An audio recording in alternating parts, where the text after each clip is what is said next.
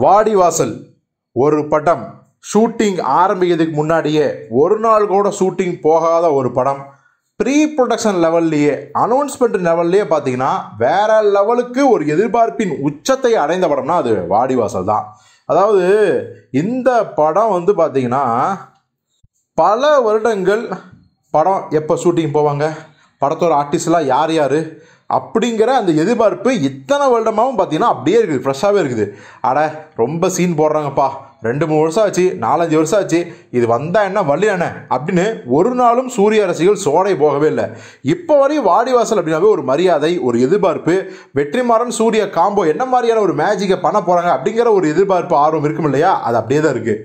ஆனால் நாம் எதுக்கெல்லாம் நடந்துடக்கூடாதுன்னு பயப்பட்டோமோ அது நடந்துருச்சோ அப்படிங்கிற ஒரு கவலை நமக்கு இருக்குது. என்ன அப்படின்னா ஆரம்பத்துலேருந்து ஒருத்தர் சொல்லிட்டு இருப்பாங்க, சூர்யாவோட ஹேட்டர்ஸும் சரி மற்றவங்க சரி, வாடிவாசல் ட்ராப்புப்பா, இப்போதைக்கு நடக்க வாய்ப்பு இல்லை, அமீர் வேற ஒரு முக்கியமான கேரக்டர் பண்ணுறாரு, ஸோ அதனால் பார்த்தீங்கன்னா அவருக்கும் இவருக்குமான பஞ்சாயத்து இருக்குது, கண்டிப்பாக சூர்யா பண்ண மாட்டார் அப்படி இப்படின்னு சொல்லி வச்சவே பார்த்தீங்கன்னா சூர்யா அவர்கள் நம்ம வெற்றிமாறன்ட்ட பவுண்ட் ஸ்கிரிப்ட் கேட்டாராம், வெற்றிமாறன் கொடுத்தாராம், சூப்பராக இருக்கான்.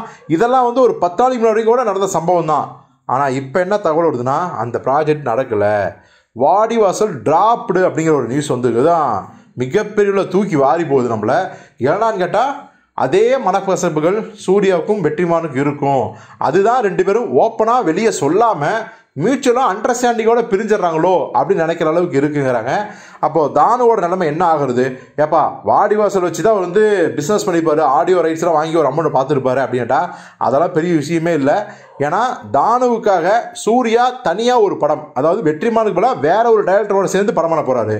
அதே மாதிரி வெற்றிமாறன் சூர்யாவுக்கு பதிலாக வேற ஒரு ஹீரோ வச்சு தானுக்கு படம் பண்ண போகிறாருன்னு தகவல் வந்திருக்கு. அந்த ஹீரோ வேற யாரும் இல்லை, நம்ம எஸ்டிஆர் என்கிற சிம்பு தான் அப்படிங்கிறாங்க.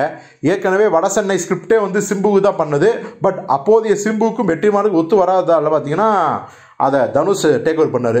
இப்போ மீண்டும் வெற்றிமாறன் இயக்கத்தில் நம்ம சிம்பு நடிக்கிறார் அப்படிங்கும்போது வேற லெவலில் ஒரு எக்ஸ்பிரஷன்ஸ் கிரியேட் ஆகுது.